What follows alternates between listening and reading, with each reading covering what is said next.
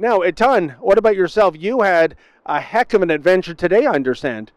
Yeah, so normally I would go and do behind the scenes sorts of things, and I tried to keep that up today, but did a more of a production role. Katie Hopkins, myself, and one of our cameramen went to Hebron, which is home of Abraham. It's where Abraham, the sort of patriarch of Christianity, Judaism, and Islam, is buried along with some other family, and according to legend, Adam and Eve are buried there too.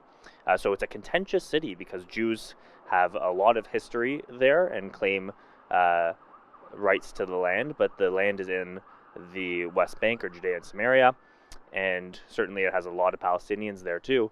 And those people, they literally live in between each other and over each other, and it's been quiet for a while now, but there's been a lot of terror attacks, so it was certainly an interesting day. And I understand that you had to buy some quiet, otherwise some kids were going to ruin the shot, right? Well, so when we went over to the Palestinian side, a couple things stood out, certainly. The first thing is that unlike going into the other parts of Palestine or West Bank or whatever you want to call it, where normally with a Canadian passport I'm allowed to do these things. Israelis aren't allowed to go into those spots, but as a Canadian I can. Here I was actually asked what is my religion, and now I'm Jewish, so I had to lie and say I'm a Christian, and I think I look very Jewish and was a little nervous walking around. Wait a minute, what does that mean, you look Jewish? I'll let the viewers decide for themselves. But on a serious note, though, Etienne, were you at all afraid for your safety while you were in that territory? You know what, I'm a bit of, no, I'm going to pretend I'm a man and very strong. So no, of course I was never scared, but certainly so after pretending I was a Christian and being able to go in, the first thing that obviously would never terrify me was I was chased around from a little kid with a dead mouse on a stick. And I was not scared, and of course you can't see that in any footage that we recorded of me running, going, no, stop it, don't touch me, no!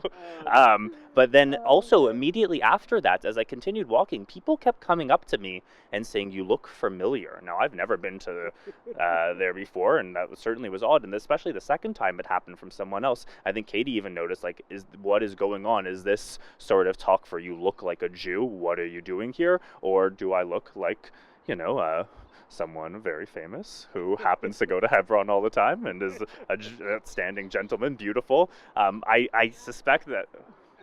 Yeah, maybe Liev Schreiber. No, it's probably too Jewy. Yeah, probably. Well, sorry. No, but Gilbert Godfrey, perhaps. But what's really, was I scared? I was certainly nervous. I'd had some previous experiences, and I'd been warned by a lot of people not to go in as a Jew. So I'd certainly take their advice. There's terrorists, there's stabbings that happen, there's kidnappings. These things aren't foreign. Katie is a very brave journalist, and she keeps the fire going. I'm not going to not keep up with her, but certainly at one point when I was getting down someone's name that we interviewed and she turned the corner, she laughs at how quickly I tried to run so as not to lose them. Going, no, wait for me! And I even had to buy a keffiyeh, the Palestinian sort of scarf, so I could not look as Jewy and hopefully fit in, or at least make them think if my features gave away my Jewiness, maybe they would think I'm a liberal, sympathetic Jew. Well, folks, it's been a fantastic fact-finding mission here in Israel, and to see all of our coverage from the Holy Land, please go to rebelisrael.com.